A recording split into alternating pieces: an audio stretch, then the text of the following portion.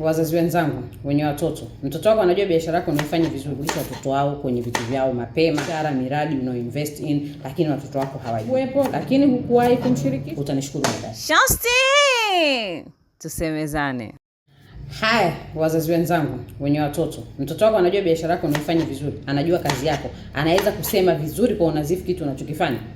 Au ndio yakifika mtu mzima anasema unajua kama Wahindi tulitakiwa kufanya kama Wahindi. Unajua Wahindi wanafanyaje? Wanaanza kuwatambulisha watoto wao kwenye vitu vyao mapema. Sisi tunachelewa kufanya.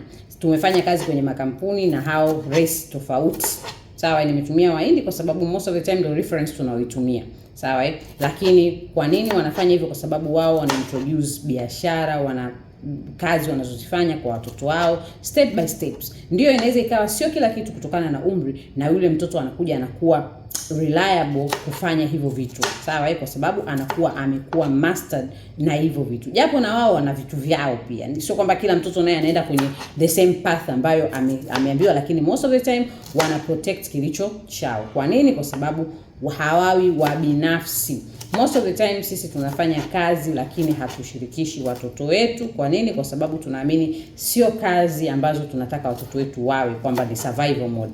Lakini what about biashara, miradi unaoinvest in, lakini watoto wako hawajui. Then at the end of the day unakuja kusema mtoto wangu hana kazi, hana biashara, hana nini. Kwa nini hana? Kwa sababu vilikuwepo lakini hukuwahi kumshirikisha. Lakini what if ukianza kuinject hivyo vitu kidogo kidogo kutokana na mradi. Kama duka, mwache auze duka.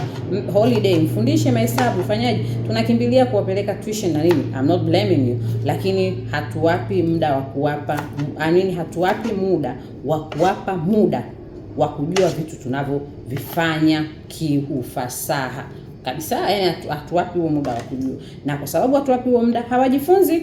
Then wakimaliza shule, wakati hawana kazi, ndio tunakuwa tuna option ya vitu vya wazazi wetu, lakini tulitakiwa tuwepo katika kipindi, katika stage mbalimbali za ukuaji wa hicho kitu.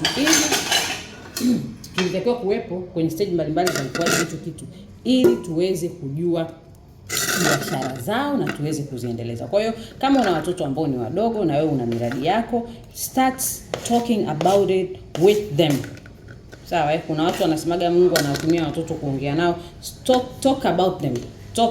Talk hiyo miradi with them. Utanishukuru baadaye. Shosti, tusemezane.